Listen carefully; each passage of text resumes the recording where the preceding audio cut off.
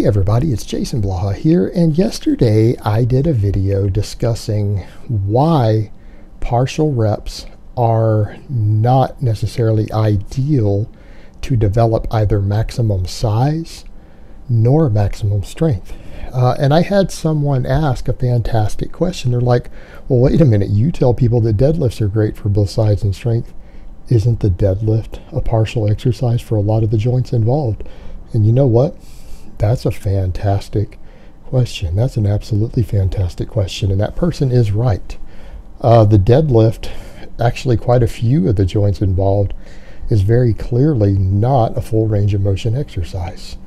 Yet somehow it still puts on tremendous size and strength. And what we need to understand there is, well, first of all, there's a reason I recommend deficit deadlifts a lot of times. Remember when I tell you guys oftentimes in hypertrophy phases, if your goal is to generate maximum size, that doing some phases with deficit deadlifts to where you increase the range of motion actually has some benefits. So the fact that I say that actually should tell you that, well, quite frankly, yeah, that can help you put on more size because you get a longer range of motion on several of the joints. By adding an extra couple inches to the exercise at the bottom, you make the exercise more difficult so that you get similar workloads in several of the muscle groups with a slightly lighter weight, so it's easier to recover from because of less axial loading. And some of the joints get a little more range of motion added. That's real useful for overall size. But what we need to remember with this is that for the majority of people, the deadlift is not the only exercise you're doing for any given muscle group. In fact, I would go so far as to say that if the deadlift is the only lift you're doing for certain muscles in your body, you're probably not going to maximally develop them. You aren't, because it doesn't take them through a full range of motion. You're leaving a little bit of gains on the table. You are leaving gains on the table. I mean, what immediately comes to mind, how about the traps? Trapezius is one of the most immediate muscle groups that come to mind because the traps are involved in the deadlift, but you're not moving them through a full range of motion. If you really want maximum trap size, you're probably going to have to do some sort of cleans or shrugs in addition to your deadlifts. The deadlifts will contribute. They'll contribute. But any muscle that your goal is to develop maximally, you're going to need to find a full range of motion exercise for that. That full range of motion exercise is going to be your primary development tool for that muscle. And it doesn't matter whether it's a compound or an isolation at that point. Power cleans build big traps. Any sort of cleans build big traps. Shrugs also build big traps. Just that the cleans happen to work other muscles in addition to it. So that's a perfect example of a muscle that gets used and can grow from the deadlift, but you're not going to grow maximally from it. I mean, and it's the same thing when people say, well, I do the rack pulls to put more stretch on the traps. That's still not going to develop them maximally either. It's going to add extra fatigue, sure. It's going to stimulate some muscle growth. But if that's the primary exercise you're doing for your traps and you want your traps to get as big as possible, it's not going to work. You're going to be shortchanging them. Now, I would argue that for a lot of people, building the biggest traps possible isn't ideal, either aesthetically or athletically. Yeah, you want your traps developed for either one, but they don't necessarily need to be maximized. So that's kind of the question we get into is, does every muscle involved in the deadlift need maximum development? We could argue the traps might not. Now, there are sports in which they do. There are sports in which they do, and that's kind of a different topic. But for most people's purposes, they don't necessarily need to be. There's no athletic function for most sports. And even guys seeking aesthetics, having traps that are too big for the rest of their shoulder girdle actually detracts from their aesthetics. That's noted by bodybuilding judges and experts for decades have noted that. They've written about that going back like 50 years. So you've got to question that. Now, the thing that we have to consider here, though, is that, again, all these different muscles work. The deadlift works most of the muscles in the body. Because it works most of the muscles in the body, you need to think of the deadlift as an addition to the muscle growth that you're gaining. In other words, yeah, your squats are probably your primary quad exercise, and the deadlifts add a little more fatigue to the quads. You know, they add a little more. It might help them grow just a hair more. You're probably doing more for your hamstrings than just deadlift. You're probably doing some sort of squatting or cleaning and things like that. So your hamstrings are getting other work. Now the glutes actually do grow very, very effectively from the deadlift. We know traps get hit, but again, not maximally, but they do get worked. They do grow. What about latissimus dorsi?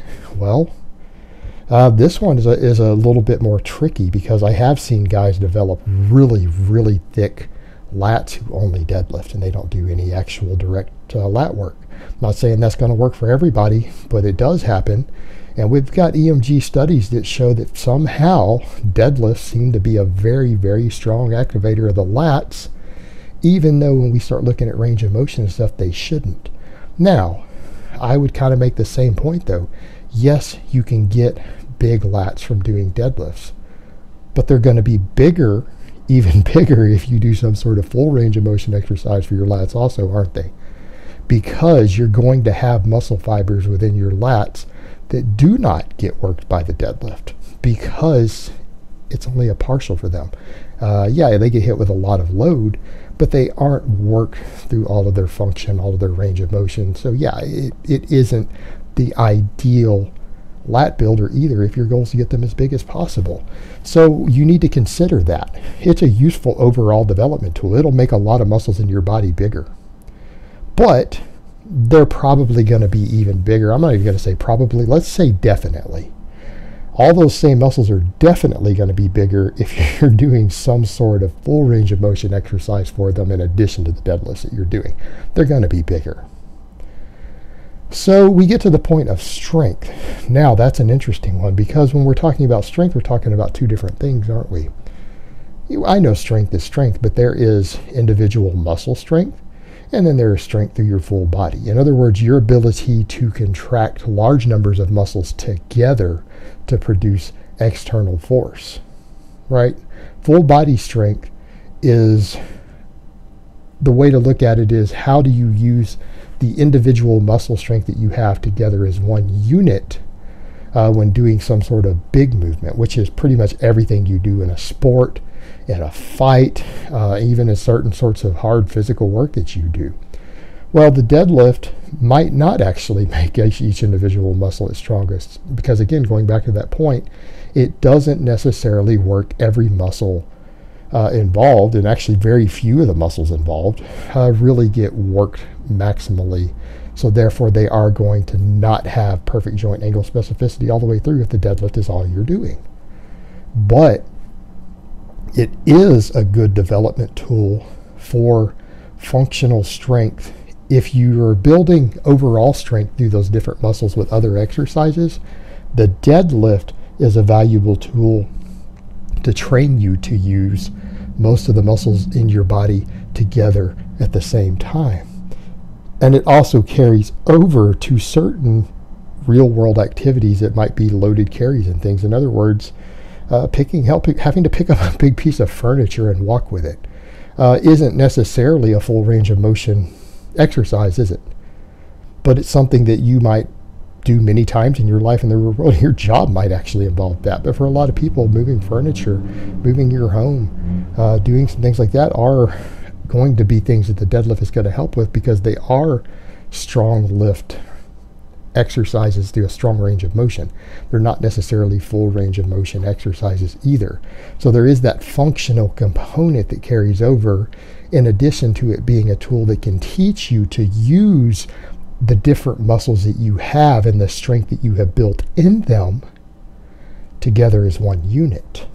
So you need to understand that when we are talking about strength, we are talking about two different things. We are talking about the individual strength of the muscles, which to be honest, the deadlift isn't necessarily going to maximally develop them. So that person is actually right.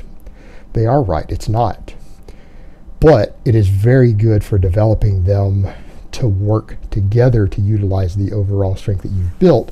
And then we go back to joint angle specificity. If you look at the ranges of motion you do use in those muscles on the deadlift, that is going to have direct transference to any real world activity in which you do that. So there's a couple different things going on, but you know what?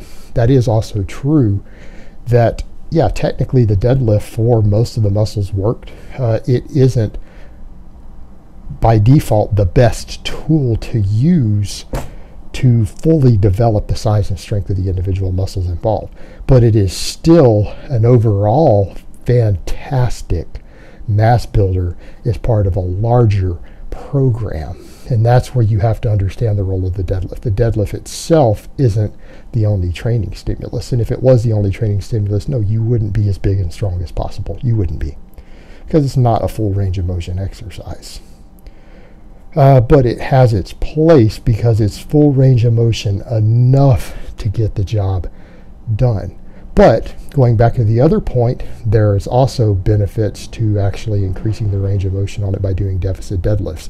That also has its place simply because it does increase the range of motion on an exercise that's a partial. So you can't discount that. That is an actual beneficial variation. All right, guys, but that's really all I have to say on that today. I hope it's been informative, and I will talk to you guys next time.